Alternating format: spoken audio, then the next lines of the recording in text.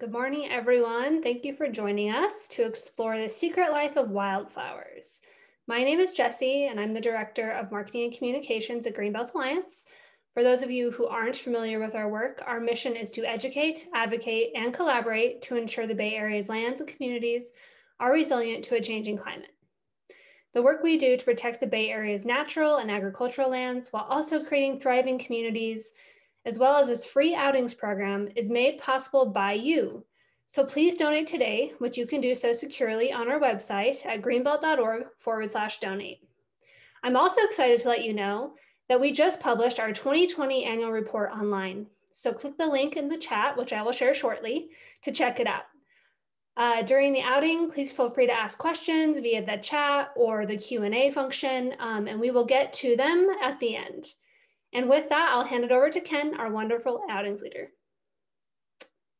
Okay, well, thanks for joining today. And I just want to remind everybody, we have two great virtual outings coming up. Next week, we have Visionary Plant Walking with Alan Siegel. And Alan will take us around Tilden Park and show us some of the traditional uses of many of the plants that we see on our outings. And then on April 10th, board member Bob Johnson will lead an outing through Las Trampas Regional Wilderness, again, looking at some of the flora that we find there. So today's kind of the warm up. We're going to talk about some of the wildflowers we expect that we get to see on our outings and which you can go out and see just starting to bloom now. You know, this part of March has lots of days to commemorate. Yesterday was Plant a Flower Day. You may not have heard of. I'm sure everyone's heard of, knows about St. Patrick's Day coming up on the 17th. And then the next week will be the first date of spring. But today is a very important day too, and it often gets overlooked because March 13th, it's International Ken Day. So, this having three sisters, I was well aware of Barbie and Ken, the dolls, but this is the day. Anyway,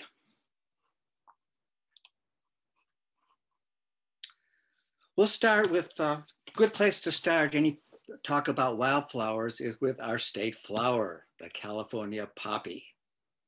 Eschocia californica. It's been our state flower since 1903 by act of the state legislature, but it was actually scientifically collected and described in California way back in 1816. That was the year a Russian ship called the Rurik sailed into Yerba Buena Bay, San Francisco Bay.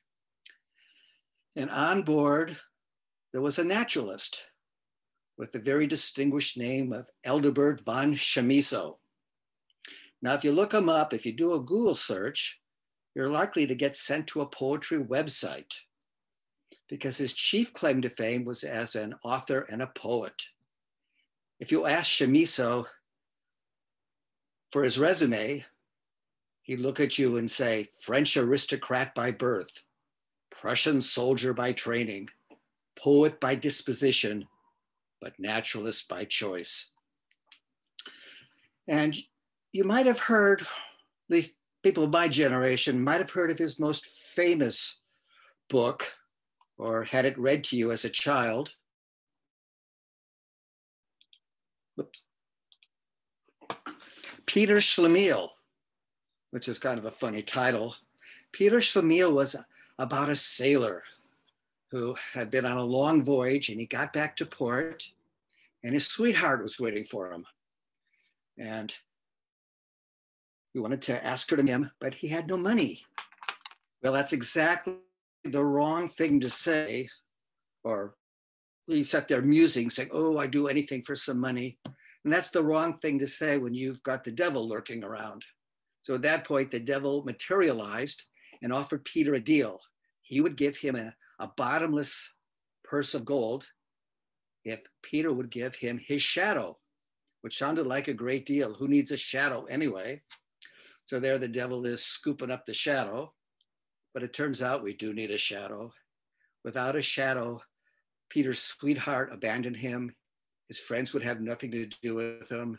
And poor Peter was condemned to sail the world, doing good deeds and scientific exploration for the rest of his life, which doesn't sound all that bad to me. But a Schlemel in Yiddish is someone that makes a very bad deal. So I'm not sure whether Yiddish borrowed Schlemel from chamiso or chamiso the other way around. But the ship docked, and the comandante of the Presidio was so happy that when he heard there was a naturalist on board, he said, "I want you to come with me. I've got something to show you." And they rode out, and one of the hillsides in what's now, of course, San Francisco was covered with poppies. And Chamiso was amazed because it was so late in the year.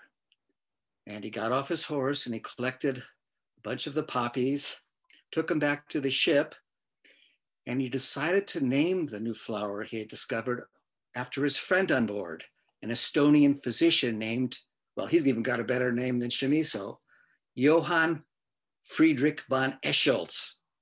And that's the scientific name of our California poppy, Eschocia californica. Now, Eschscholtz was a naturalist in his own right. He came back in 1824 with the Rurik, and he was a herpetologist. He's got his name on a whole slew of our California reptiles. But this was the first thing that was named after him. And the story goes, it went right to his head. If you look at Eschscholtzia, I couldn't say that later, my mouth is drier. It's got two SCHs in a row. And the story goes that Eschscholtz wanted his name to sound more impressive, so he added an extra SCH. Now, I don't know if that's true, but you notice they lost the T when they gave it the scientific designation. So he either came out a net of two ahead or he lost one. Anyway, the Rurik sailed away. The seas had become a bit more stormy by then, carrying the very first California wildflower, the one that Chamiso had collected. And it's the type specimen for our California poppy. That's the one, if there's any doubt as to whether a specimen is our California poppy, it gets compared to that one, all the characteristics. And that original type specimen ended up in a herbarium, a museum in St. Petersburg, Russia. And that's where it resides to this day. So our state flower is sitting in Russia. And you know that guy's not going to give it back. Anyway, there's a few ideas how it got to be our state wildflower. People that don't live in California and look kind of askance at our habits say it's because it's a promiscuous pollinator, and all those Californians are promiscuous. That means that many types of insects visit it. It's not, doesn't have just one specific insect it relies on or bird it relies on to pollinate it. In fact, our California poppy, it's the favorite of beetles because it has no nectar, it's all pollen.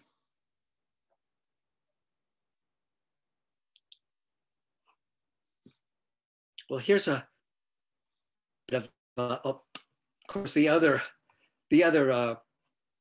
justification is that we native Californians give, that Californians give.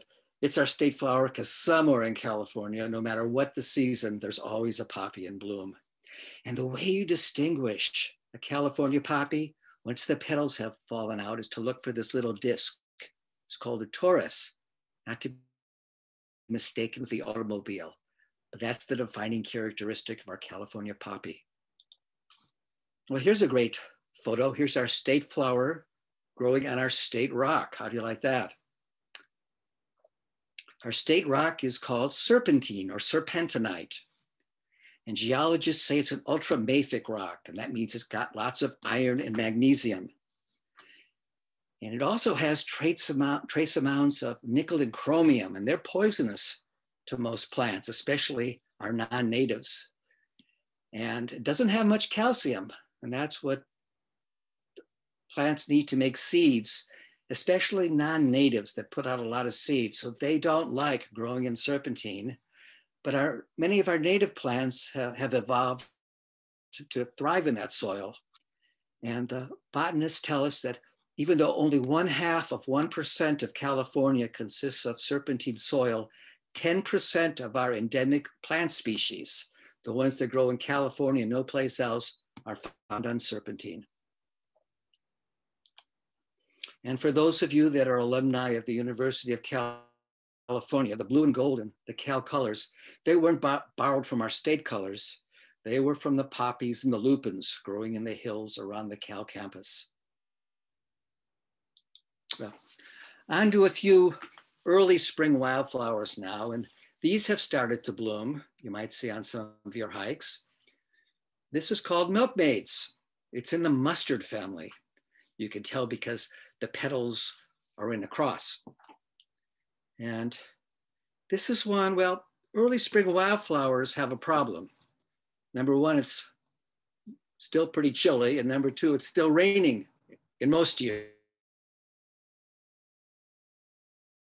And the way that milkmaids cope with rain, I mean, they have pollen that's damaged by water, is that they close up and droop down. And that's when they resemble the caps that milkmaids used to wear. That's how it got its name. Another early spring wildflower that's blooming now is Buttercup. Remember, that's the one, you learned this as a child, if you hold it under your chin and you see a reflection of yellow, means you like butter. Either that or you have high cholesterol. But a scientific name for Buttercup is ranunculus, which means little frog. And they tend to grow in kind of moisture areas where you might see a little tree frog hopping around. So going two at a time here. One of the ways that buttercups cope with being an early spring wildflower, well, first it's their yellow color, and then it's their cup shape.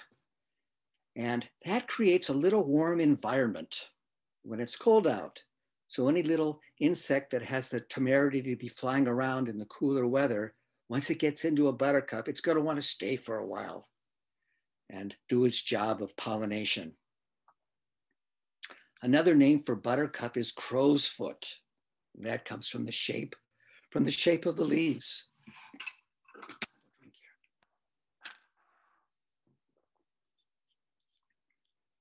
Another early spring wildflower, I haven't quite seen it yet. Usually the first place I see it is in East Contra Costa County at Black Diamond Mines Regional Preserve.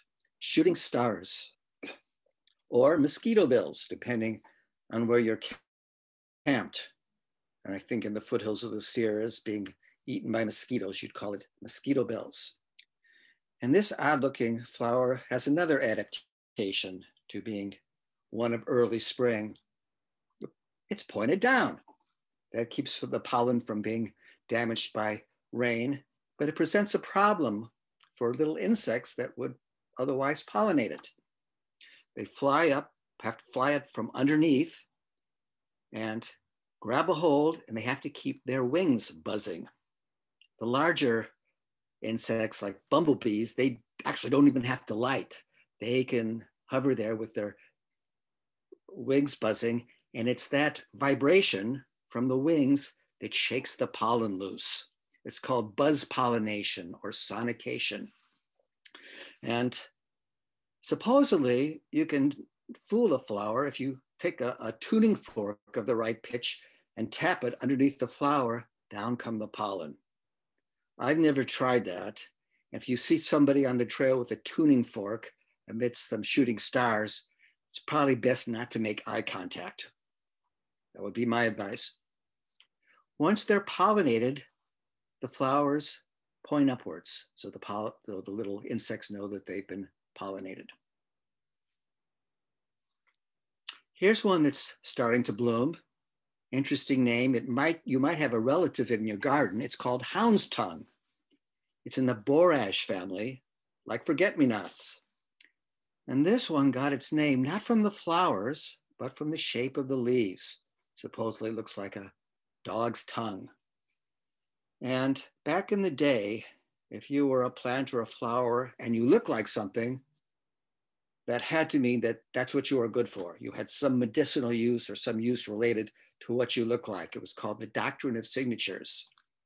And with hound's tongue, if you were bothered by aggressive dogs, what you would do is take one of the leaves, wrap it around your shoe and tie it, and supposedly the hounds would leave you alone.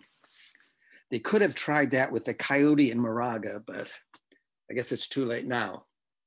I don't think that worked very well because the other use for hound's tongue was as a poultice for dog bite. And these little flowers, they're usually a pale blue to begin with, but once they're pollinated, the pH changes and they turn to purple to let the insects know. Here's another one that will be blooming soon. It used to be called Indian Warrior. Now its common name is Warrior's Plume. Pedicularis. Another name is lousewort. If you let your sheep graze in lousewort, in Warrior's Plume, they'd come down with lice. This is kind of an interesting flower or an interesting plant. It's known as a Hemi Parasite. And we'll look right after this at two others that are related to it. They have green leaves, so they can photosynthesize, but they tend to live in really tough areas. So if the opportunity arises, they will stick their roots into neighboring shrubs and steal minerals and water.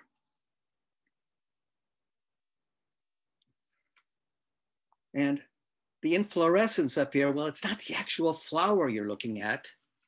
The flower itself is inside there and it's really inconspicuous. You're looking at a modified leaf called bract.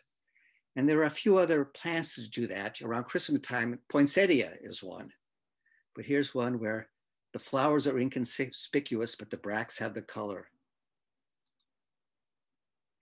And this is paintbrush, another close relative. It blooms maybe a few weeks later.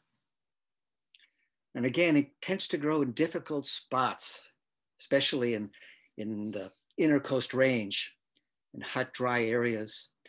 And it was always a mystery as to what pollinated this flower. Or number one, there's no landing pad. Number two, it's got no scent. Number three, it's not a color that's favored by bees. Remember, they like yellow and blue and purple, but not necessarily reds and oranges. And you can imagine an early day botanist bending over to examine the plant, the flower, and being startled by a coiled rattlesnake. So the legend grew up that they were pollinated, paintbrush was pollinated by rattlesnakes. And if that weren't enough, keep in mind, this is before the viral internet and Facebook postings. Not only did they pollinate the flowers, that's where rattlesnakes got their venom, from paintbrush. But in reality, that's not true. They're pollinated by hummingbirds that can see those reddish orange colors just fine and don't need a landing pad and have no sense of smell. So they don't need a flower that smells good. A couple of types of paintbrush that we see around the Bay Area. North Bay has Franciscan paintbrush that kind of persists into the summer. We see that a lot in the Marin headlands. And even a yellow paintbrush, which I always get a kick out of because its name is White's paintbrush and it's yellow. And another one that's related, that kind of a delicate little flower that you see just a little bit later is called owl's clover. Supposedly, if you look, get close enough and stare enough at those little flowers, they look like a little owl's face looking at you. I think the Spanish had a better name for the flower. They called it little brooms, and they do look like little whisk brooms. Here's one that's not blooming now, but the leaves are out. And they're really big, impressive leaves. And you say, oh boy, that's going to be a great flower. When it finally blooms, and then it blooms. A bit of a disappointment. It looks like a little pincushion, a little yellow or purple pincushion. But it's called Sanicle. Another name is snake root, because the root kind of coils like a snake.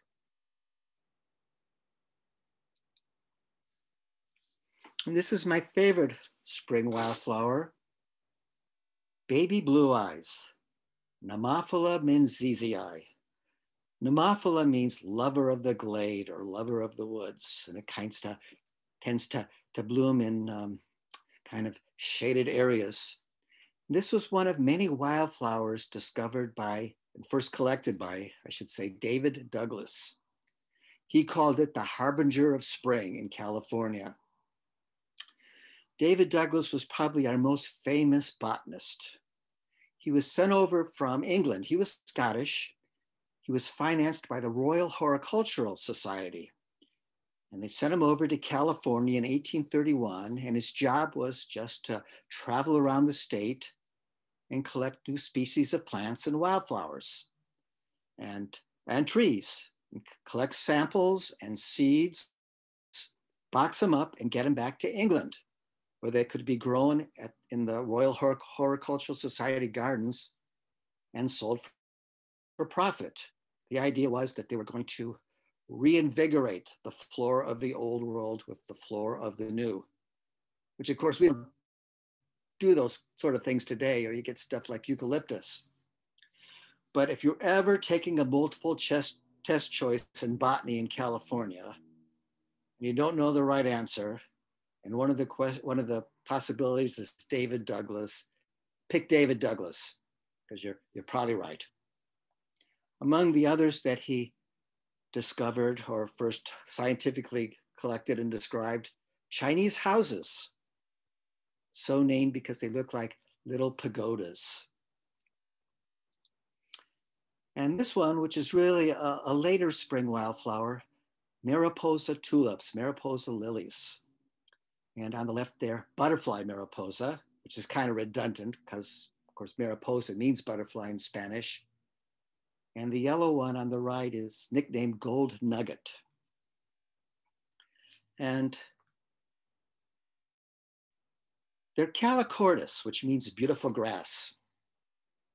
And as David Douglas traveled around, he sometimes came upon Native American hunting parties out in the wilds of California, which were a bit startled to see him. Douglas, when he was collecting samples from trees, he would take a rifle and shoot his samples off from the tops of trees, which you can imagine startled the hunting parties. But to calm things down, Douglas would gather everybody up and have them sit in a circle, and he'd take out his smoking pouch and pass around the contents, and they'd all have a good smoke. So the Native Americans nicknamed him Big Grass Man, either from what he was collecting or from what he was smoking, I'm not quite sure. But his most famous discovery, or most famous collection, was that flower on the right there. It's a globe lily called Mount Diablo Fairy Lantern, Calicortus pucellus.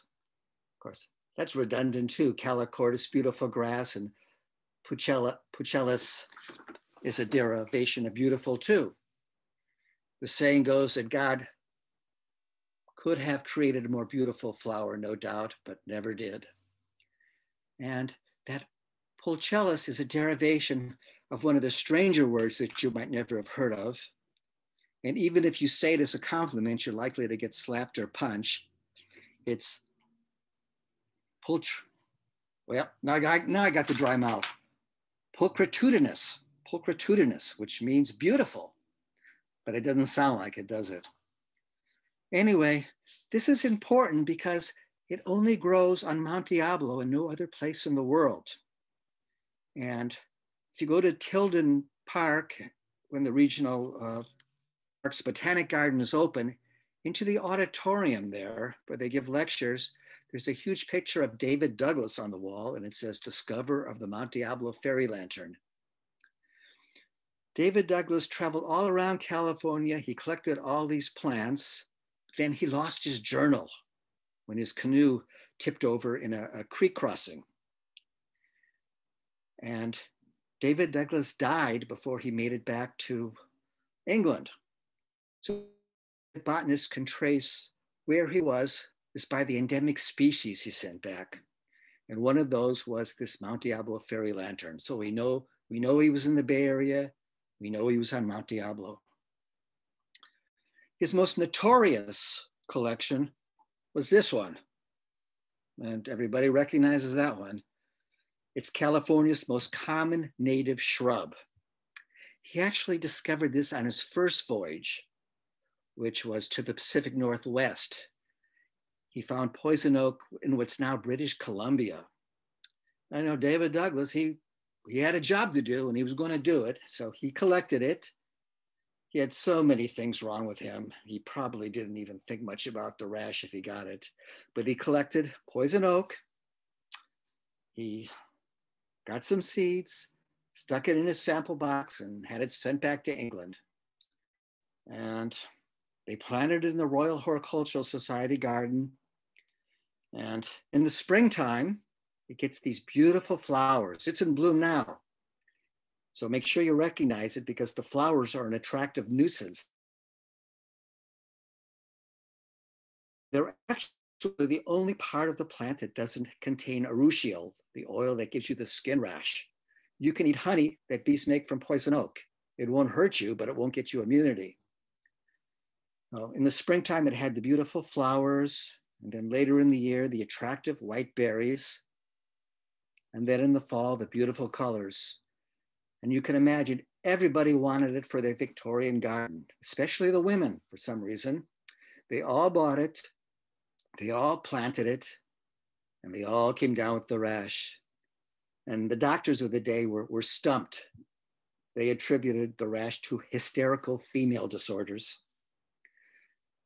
But as I say, it's now California's most common native shrub. It wasn't always like that. During Aboriginal times, before the white man came out, it was probably a fairly rare plant, but it loves to grow in disturbed areas. So it was the gold rush and our forebears that spread this thing all around. And now with climate change, it's even more of a problem. It loves the increased CO2 in the atmosphere. It's thriving on the warmer weather. So it's gonna go from bad to worse. Well, about 30 years after David Douglas explored the Bay Area, the geologists came by, the California Geologic Survey. And the leader of the team was our state geologist, Josiah Whitney. We've all heard of him. He's got Mount Whitney named after him. And as Whitney was collecting all those prominent geologists for his exploration of California, he looked around and said, ooh, I better get somebody with some social skills with all this geologists. So he hired a botanist. Now that's actually funny on two levels, and the biologist he hired was William Brewer, who was actually had been a school teacher back in New York. And while the Geologic Survey was looking at the rocks throughout California, William Brewer was looking at the plants. And one of the favorite places of that Geologic Survey is Mount Diablo. Whitney thought that Mount Diablo held the key to understanding the geology of the Coast Range of California. So Brewer had a lot of time here. And he first collected many plants. One of them, if you've done any hiking on Mount Diablo, especially towards the top, you might recognize Brewer's rock cress, a fairly rare plant. I think it's on top of Mount Hamilton too. It's found along the Mary Bowerman Trail, right at the summit, probably near the same spot that Brewer first saw it in 1861. Another flower that he found was this little one called Brewer's buckwheat. And it's interesting, not because it's such a showy flower, but it's interesting because he described it. And then 30 years later, when the famous botanist Mary Bowerman wrote her book about Mount Diablo flora, this was Mary Bowerman as a young girl, She found the brewer's buckwheat, but then it was never seen again from the 1930s on until just a few years ago when, well, Mary Bowerman, I should say, was working for the Jepson Herbarium when she did her study. And so is this fellow. He was a grad student working for Jepson, and he found the long lost brewer's buckwheat growing on some new land that had just been acquired by Save Mount Diablo. So it was quite a great find at the time. Well, just a couple of years ago, an entire hillside full of brewer's buckwheat was found growing near Black Diamond Mines Regional Preserve, but it's nice to know it's safe and still thriving. Well, here's one of the odder looking spring wildflowers, and it's just starting to bloom now. It's got a kind of a puzzling name, Ethereal Spears. Got all those purplish flowers radiating from a stalk. And ethereal, well, it gets its name from English literature, from Paradise Lost or Paradise Lost by John Milton, which you might remember from high school. Ethereal was an angel, and he was sent down from heaven carrying his spear, which had the flower. And he was sent down to save Eve, who was being corrupted by Satan, who was disguised as a giant toad. And the toad, Satan, was whispering naughty things in Eve's ear. So Ethereal touched the toad with his spear and revealed him in all his benevolence to Eve. So she was saved, at least that time. Now this picture implies that the book was a lot more exciting than it was. It wasn't. Another one that is blooming also, and is sometimes confused with ethereal spears, is this one. It's a relative called blue dicks. And this one, the flowers grow in a clump. And here's one, both these have bulbs, ethereal spears and blue dicks. And this is one where it pays to learn the Latin name, Dicula stemma, because if you're the first one to say blue dicks and there's kids along, you're going to get laughed at. And here's one of the prettier, tinier wildflowers of spring. It's called blue-eyed grass, which is odd because it's neither blue or a grass. It's actually the smallest member of the iris family. And it's got a great Latin name, another one that's difficult to pronounce, Cicerentium bellum, pretty pig snout. Iris was the goddess of rainbows, and her job was to slide down on a rainbow from Mount Olympus and deliver messages to the gods when they were doing their handiwork on earth. And so that's where iris comes from. So here's some baby blue eyes, and in the middle, a Douglas iris. There's that David Douglas again. And the shape, more recognizable shape of an iris, and that shape should look vaguely familiar, especially if you know any European history, because that shape is the fleur-de-lis. Back in Middle Ages, the king of the Franks, King Clovis, had his army penned up against a river, about to be destroyed by the invading barbarians. And it looked like the river was too deep to cross. He had hoped to make a tactical retreat, but he was stuck. So he sent his scouts down the river to see if there might be a place that it could be forded. And a little ways downriver, they found a spot where irises were growing all the way across to the bank on the other side. They knew the water must be very shallow there. So that's where they led Clovis. And he made his tactical retreat and saved his army to fight another day. So the iris became the symbol of French royalty for hundreds of years, the fleur-de-lis. Well, here's one of our flowers that's not native, but it's also starting to bloom. And I include it because it was purportedly John Muir's favorite flower. It reminded John Muir of his home in Scotland. It's called poor man's weatherglass because it predicts the rain. It closes up when it's about to rain. Well, the flower is not really that smart. Again, it's one of those flowers that has pollen that's damaged by water. So it's very sensitive to humidity. And when the humidity goes above 70%, there's a trigger that goes off and it closes up. So it's also got another name that you might have heard of. And that's from the habit of popping up unexpectedly overnight. It's the Scarlet Pimpernell. They seek him here. They seek him there. Those Frenchies seek him everywhere. Is he in heaven? Is he in hell? That damned elusive Pimpernell. The Scarlet Pimpernel, a pimpernel on a pillow or a bed as a symbol to taunt the French in revolutionary France when he rescued people about to be guillotined. Well, I'll confess that I never read the Scarlet Pimpernel. I never saw the play.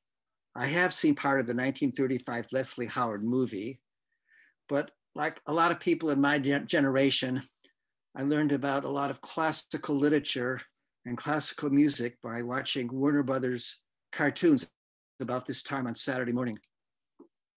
And I first learned a story from the Scarlet Pimpernel that you might remember. It was pretty good. It wasn't as good as Bugs Bunny shaving Elmer Fudd in The Barber of Seville, but it was passable. Well, here are some flowers that are named for things that they either look like or they're associated with. These are goldfields, which can cover fields of grassland with in dense mats. Another name, though, is flyflower, and you can guess the pollinator, some of our native flies. This one is called Wallflower, and it's such a beautiful flower. You wonder why the name, because it's certainly not a wallflower.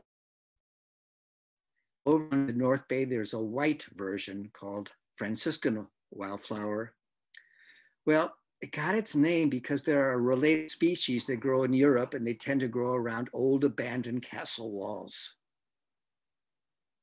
This is just a Summit Museum, and the old castle walls do not have radio antennas sticking from them. This one is more a late summer wildflower, Tarweed, and we have both native and non-native versions. Tarweed got its name because of its scent and its stickiness. So blooming in late summer or midsummer, it's got a different problem than those early spring wildflowers we saw. This one, well, it's managed to figure out how to bloom when there's no water around, but it needs to minimize water loss. So it's very sticky. It has little hairs on it, and that helps to seal in the moisture. Plus, it doesn't taste good. All that aromatic volatile oils make it not a good treat for would-be browsers, would-be herbivores. But it's also a defense against nectar robbers, which are really a thing. Tarweed is pollinating, and it doesn't want any little beetles that crawl on the ground to crawl on up and to steal the nectar of the pollinating. So the stickiness deters some of those would-be ground crawling nectar robbers. Well, here's one that we're all familiar with, especially those of us that do hikes in late summer. Star thistle. That's the one with the awful looking spikes sticking out of it. I mean, long pants don't help. Even gaiters don't help. If you walk through a patch of star thistle, you're gonna have little puncture marks on your ankles. And you might think it got its name from the star shape, but actually it's more appropriate. It got its name from the morning star, which was you've seen those in the old, in medieval times, those were the things you swung around and bopped people on the head to kill them. So a fitting transfer over to the star thistle. Solstitialis, the species name, refers to the summer solstice. That's when it tends to bloom, way in late June. And you think, well, at least it's not competing with our native flowers for water. But it's even more harmful if you want to look at it this way, especially with climate change. Star thistle is very deep rooted. I mean, its roots go down so deep it can tap into the water table. So what it's competing with are our native trees that are having a hard enough time with our prolonged droughts. Of course, we have enough deadwood around and enough fire danger that we don't need star thistle accentuating that risk by hastening the demise of some of our wonderful trees. Star thistle is very difficult to get rid of. It takes several years of diligent eradication. Italian beekeepers actually get the blame for this one that was brought over for bees to make honey. Well, going from the bright sunshine into the shade of a redwood forest, this is redwood sorrel, Oxalis oregana. And you might have a relative blooming in your yard right now, if you have one, or you see it along the trails. Bermuda Buttercup is a non-native and it's very invasive. This one is native, and it's, if you have a shady yard, it's a great native to plant. You see it in muir woods and other redwood forests. It can tolerate shade, it can tolerate acidic soil, but the one thing it doesn't like is sunlight. And when the sun hits it, it folds up just like a little parasol and waits for the shade to return. And it's photophobic is the word. Also growing in our North Bay forests in the deep shade is this one. It's got a great, one of my favorite names, fetid adder's tongue. The leaves are mottled, got these spots on them. They're supposed to look like decaying flesh. The flowers are kind of a brownish color, and you don't even have to bend down to smell this one. This one stinks as you're walking along, and everybody looks at each other and says in unison, "It wasn't me." These smell like decaying flesh. You can maybe guess what the pollinator is. They're fungus gnats and flies that would ordinarily feast on carrion. Once they've been pollinated, they got another great name. You can call them sling pods. They have the little seed packages at the end of the stalks, but now they need somebody to carry away the seed and transport it. Who would do that in an area of deep shade?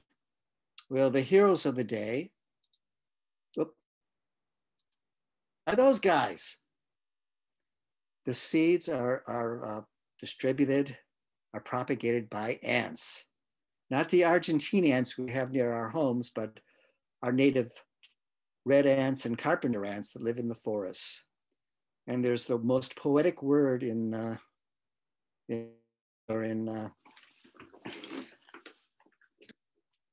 insect study that you could imagine for being when your seeds are spread by ants. It's called myrmecochory.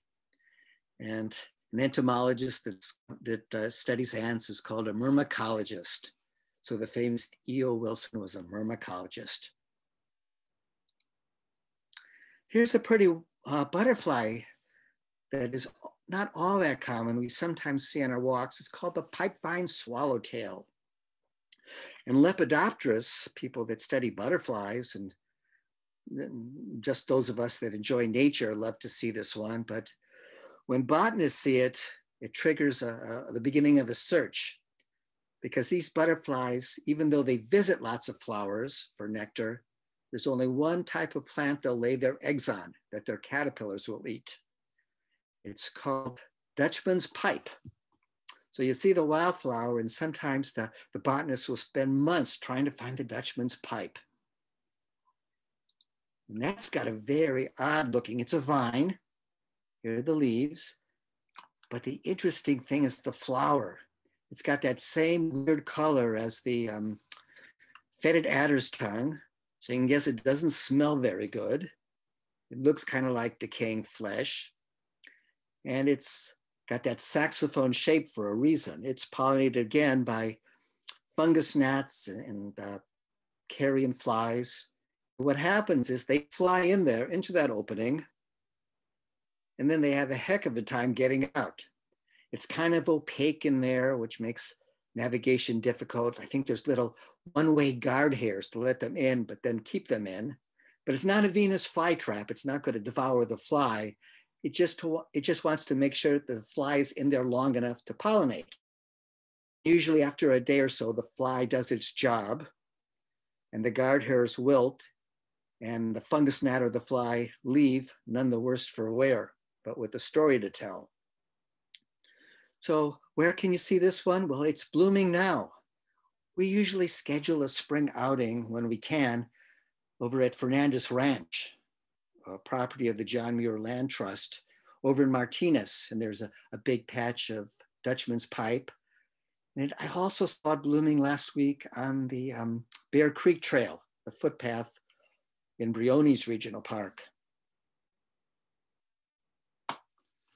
Well, from the rare to the very common, we've all seen this.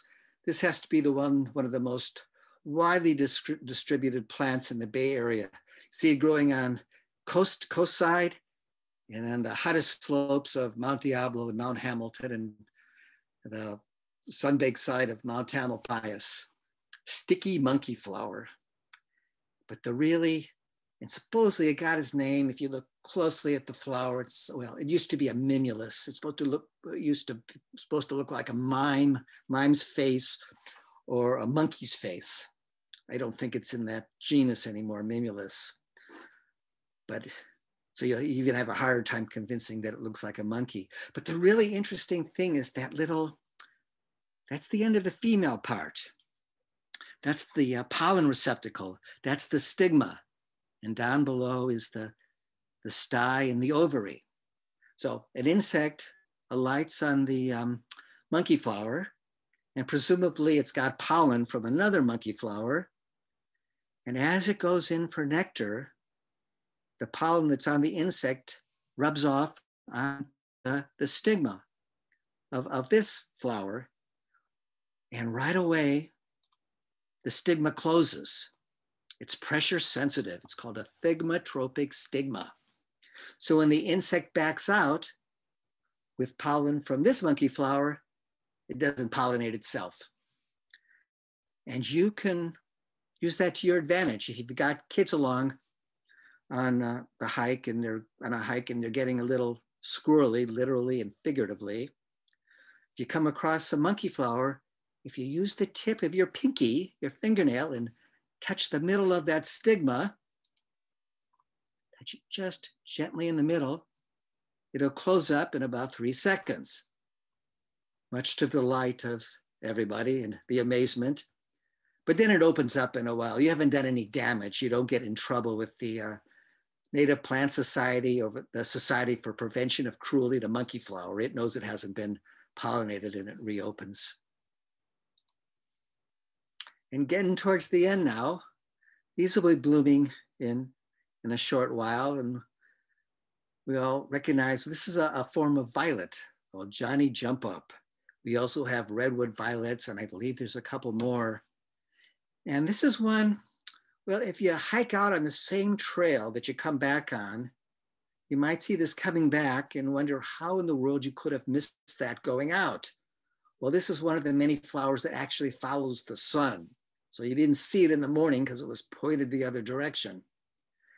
But a more puzzling mystery is how it got its name. I mean, it's got purple in the middle a little bit, but it's yellow. Why aren't they called yellows? Well, for that one, you have to go back to Greek mythology too. And Zeus, of course, was king of the gods.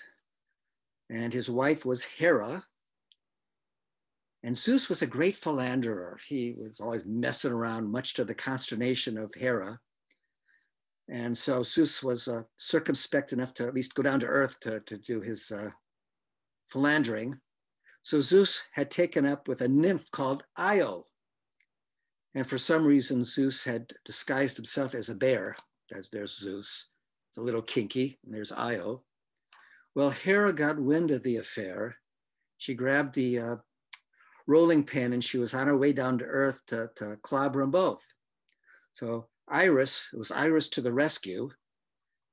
She had let herself go a little bit since the last time we saw her, but she slid down the rainbow and she told Zeus that Hera was on the way. He better skedaddle. So he had to think fast. So he changed Io into a white heifer, which didn't make her any too happy. And she began to cry. And it's her tears that are the purple spots in the violets. And of course, today, Zeus is the planet Jupiter, and one of the large moons is Io. So they're still hanging out together. And I believe Io is the volcanic moon, and I don't blame her one bit. And usually the very last spring wildflower, well, the last wildflowers are the Clarkias from the Lewis and Clark expedition. And there's a whole slew of those too. Red ribbons and elegant Clarkia sometimes are easy to mix up, but if you remember the lobes are the ribbons. And the elegant Clarkia does not have the ribbons. You can see how wine Clarkia got its name with its color. And the very end of the wildflower season is here. You know it's here when these bloom, farewell to spring. And sometimes they persist after into the summer, and then you're entitled to call them summer's darlings. So that's it. So I hope, well, we've got, hope you'll join us next week where some of the plants and flowers I missed, Alan Siegel will be talking about, and then Bob Johnson in April on his Las Trampas walk, and hope you'll be able to join us in person next year. And anyway, I got Barbie waiting for me down in the convertible. We're going to head out to the beach in a few minutes, but I will turn it over to Jesse now, and we'll see if we've got any questions, not about Warner Brothers cartoons. Thank you so much, Ken, and happy National Ken Day. Thank you. Before he heads off with Barbie, we want to make sure and open it up for anyone who has questions. So feel free to add your question to the chat or the Q&A function, and I will help field them to Ken.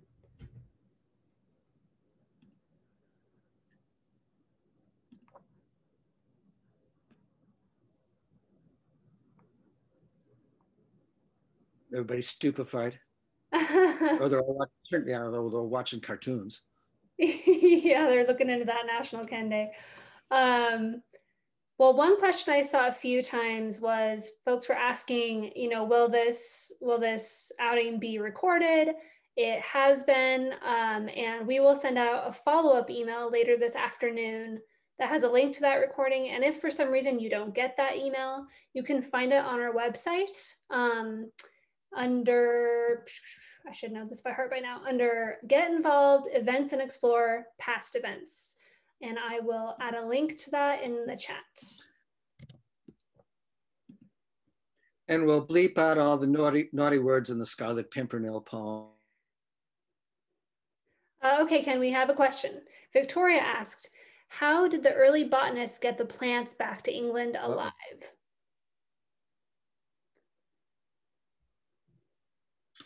Good question. I think they pressed well, David Douglas, he would send it back with the Hudson's Bay Company. And I think it was mostly seeds that he sent back that they grew. And the plants he collected, the flowers, they were in presses. So it wasn't like Mutiny on the Bounty where they actually tried to get them back alive. So he sent back the pressed samples, and then he sent back seeds. Okay. And Laura asked, what trail can you find Dutchman's pipe?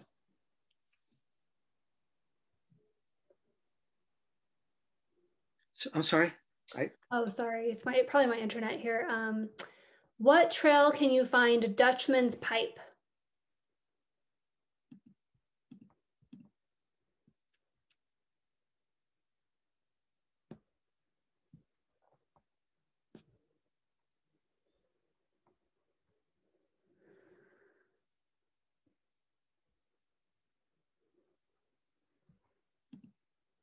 Good. In Briones Park, there's a footpath that leads from the Bear Creek entrance that parallels the creek, and that's where that patch is. I know we had those in the Marin Headlands, the butterflies. Em Monroe, the site supervisor for years, she's a lepidopterist, was searching for the source of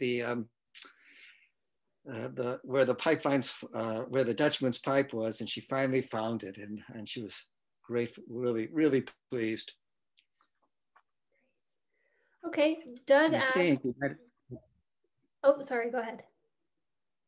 No, go ahead, Jesse, I can hear you. Doug asked, how many species of native wildflowers are found in the Bay Area? Well, there I lost you again, which is probably good because I don't know if I could answer the question. What was it? One more time. How many species of native wildflowers are found in the Bay Area? Oh, gee, I don't know, hundreds. Good question. You can look, lots of, there are wildflower sites. If you go on the Native Plant Society website, I'm sure they have different lists. And I don't think they even have a comprehensive list. They're all by regions. It's so extensive. This is really a Bay Area. This is really a wildflower hotspot with all the different types of soils. And again, we have the serpentine soil, and we've got flowers that you really don't see anywhere, and some of them don't even have common names. So if you're trying to lead a hike, you want to avoid that, lest if you don't want to learn the scientific name, because people will ask you. Fair enough. Nancy asked, where is the buckwheat on Black Diamond Trail? It's a big secret. I know that Kevin, one of the great naturalists at Black Diamond, had signed up. I don't know if he's was able to join us.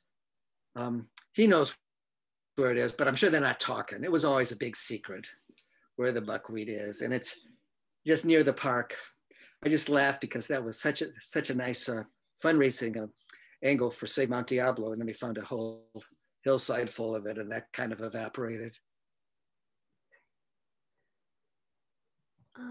Kevin Dixon is the naturalist. You can email, get on the Facebook for Black Diamond and see if he'll tell you, but he won't. Okay, Mary asked, what are your favorite spring wildflower trails? One of the really nice ones is on Mount, well, it depends where you want to go. The coastal trail in the Marin Headlands, if you're North Bay, has really early wildflowers, and it's a really nice trail. It's the one from the top of Councilman Road down past the rifle range down to the road at the bottom. Drawing a blank there. I used to lead wildflower hikes there, and they're all in bloom in March, and there's a lot of rare ones. You can see the coastal rock cress, the relative to one that Brewer found. So they're out there, and they're out there early. Really nice one on Mount Diablo. If you can make it to the north side, is Donner Canyon or Back Canyon Trail, because it's got a creek that runs across. It's very narrow, and I'm sure it's got some Dutchman's pipe in there too, but has a great variety of, it's got a lot of the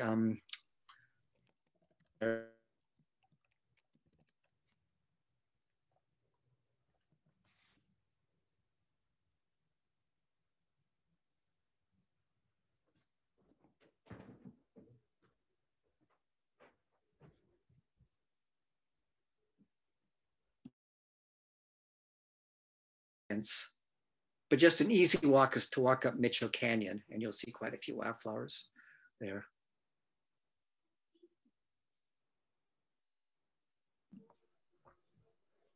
Okay, we have some more questions for those people who want to stay on and keep hearing the answers.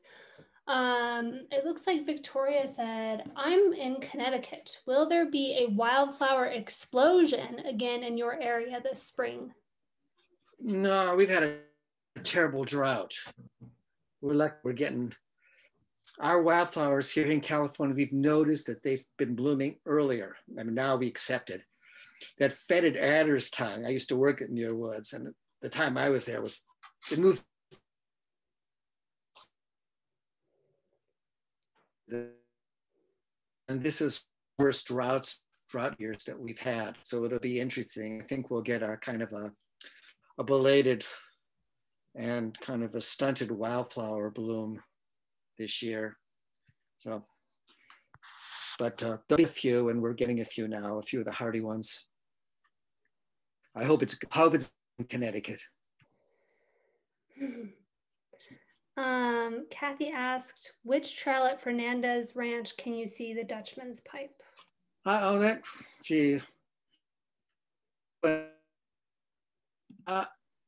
If you send me an email, I'll send you the trail, and I can send you a PDF of the map too. It went right out of my head here. We'll include Ken's email in that follow-up email that you'll get later today. Totally. So that's all right. Direct access to Ken is always a great thing to have. Patricia asked, is the shrub camise named after Camiso? I'm sorry if I butchered that name. Oh, no, good point. The chamise, you know, in they used to call what they call chaparral now used to be called chamisel.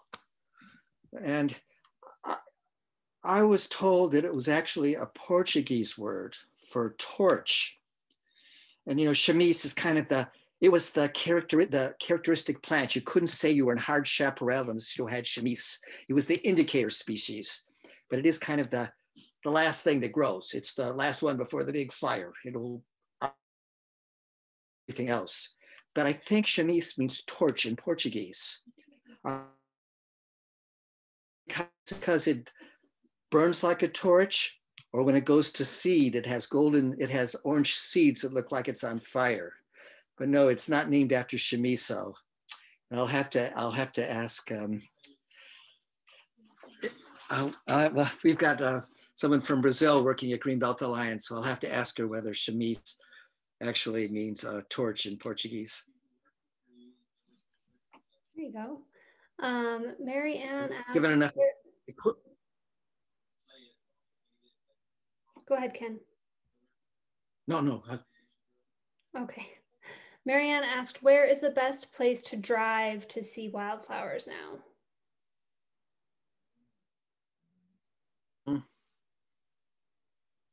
Good question. Well, that picture of the poppies I took, if you have a strong stomach, you can drive up the road up Mount Diablo. That has got that's where I took quite a few of the pictures, right car side. Marin Headlands is good. The road's there. There are quite a few growing by, and I'm sure up Mount Tam. Of course, you don't want to be the one driving and looking at the wildflowers, because those are challenging roads. No.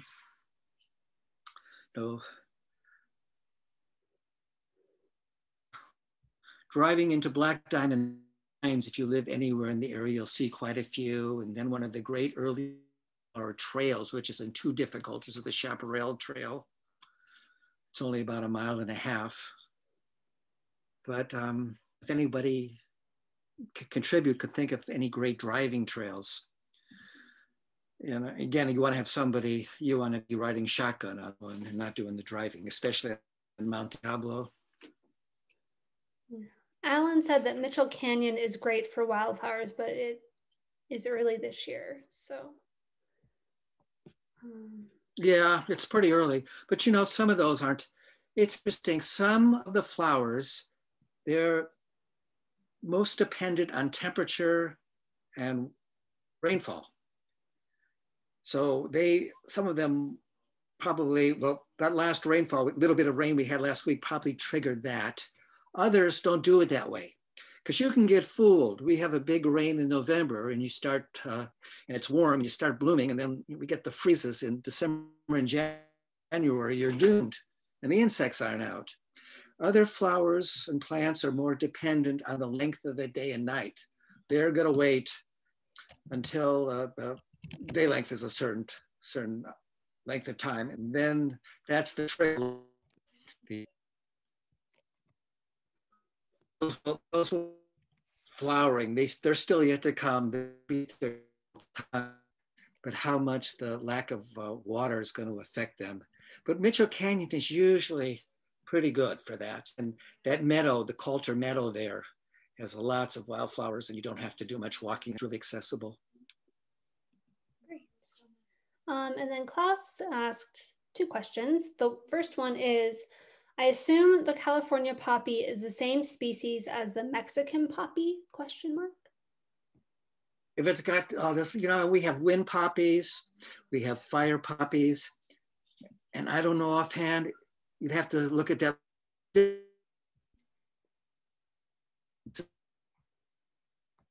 be a technical walk, just because I don't trust myself with the Latin, but that's that little torus, that little disc on there, that is the characteristic of our poppy. So it may not be the same. And even up here in the Bay Area, we've got 2 morphs of the California poppy. In areas, coastside areas where it's very foggy, the poppies that bloom later in the year when it's foggy, they're a little bit larger and a bit of a color that shows up better in the pollinators. So there's 2 morphs for our California poppy. So I'm guessing Mexican poppy is. Okay, and then Klaus's last question was, what's the story of the white-petaled California Arizona poppy? Gee, I don't know. You got me there. One flower I didn't put in, you know, the whiter flowers, sometimes they're late day bloomers. One of the things that Alan and Siegel's going to cover next week is soaproot. And you know, that's got a white flower, the genus, the scientific name, Pomeranianum for post-meridian. It blooms very late in the afternoon. It's white, it stays open all night. And it's always assumed that, it's pollinated by night-flying moths and beetles, and it's the last thing that bumblebees visit late in the afternoon. So the white, the only thing I could do is guess that it may be for its specific late day pollinators when the light isn't that great. Okay, well, sounds like everybody knows more about these flowers than I do, which is a possibility. Well, we can't know it all, but we appreciate all of the questions. Very interesting. And that was the last of our questions. And so we're going to wrap things up now. Again, I just want to encourage you all to join us for our next wildflower outing. Say that 10 times fast. On March 20th, when you can get more information about that on our website at greenbelt.org/events. And hopefully we will see you then. Everyone have a wonderful weekend and take care.